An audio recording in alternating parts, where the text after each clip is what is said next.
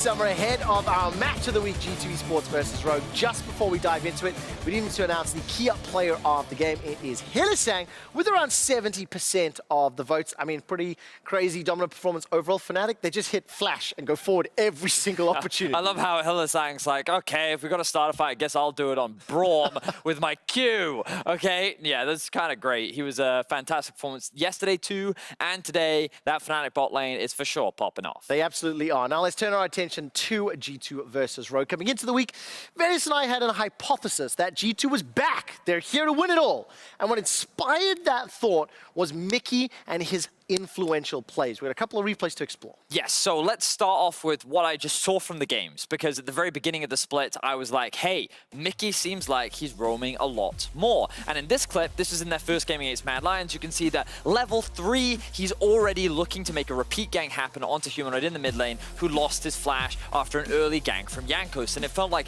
G2 was looking to make stuff happen. Now, admittedly, this play does not go the way that they want, but the message I really want to showcase is that they're being proactive and they're looking to make these plays, because Kaiser, in his own right, is a support player that loves to roam around as well.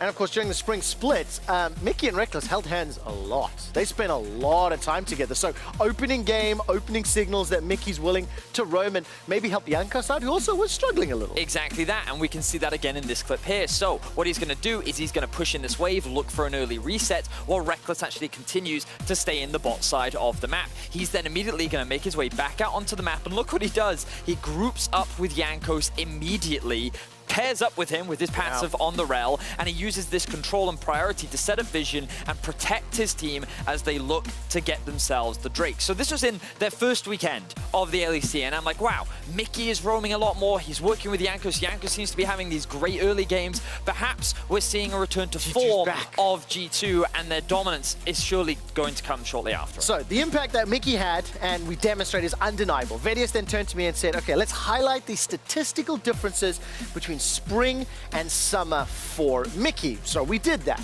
Spring and summer, you look K+A at 15, that's increased. Duo proximity significantly decreased. And to explain that, that's the amount of time he spends with Reckless, his bot laner, in the early game.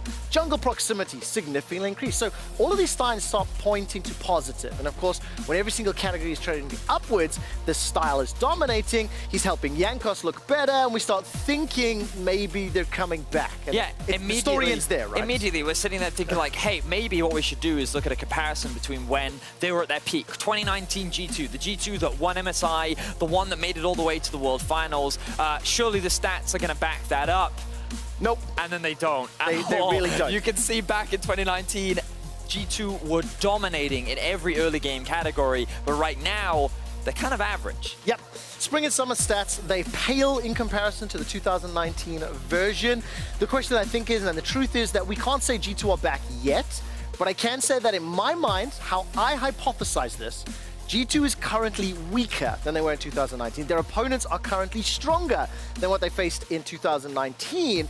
So maybe it's better to just say that we can't give G2 the benefit of the doubt much longer, in contrast to their former selves. So we can't say they're back, but we can't say they're done just yet. And we're not trying to make any huge sweeping statements with these stats. Again, Trevor and I, we just had a theory, right, that we wanted to explore, and we thought it was interesting to present to you all, because I think the doubts are starting to loom around this G2 Esports squad. We think back to their game versus Astralis yesterday. We think back to their spring split performance, where they ended third, and they almost lost their best of 5 to Schalke. Like, there are so many, like, things that are kind of standing out, and for a long time we've been saying, like, G2 will bounce back, G2 will bounce back, G2 will bounce back, but when is it going to happen is the question. In their matchup against Rogue, we're seeing they'll be like, right now, Rogue seem like the heavy favorites coming into this match. Despite being 0-10 in organizational history, I also think this conversation and thought can be extrapolated to the rest of the league, because I'm seeing a lot of you fans and viewers at home saying that EU's weak right now, EU's struggling.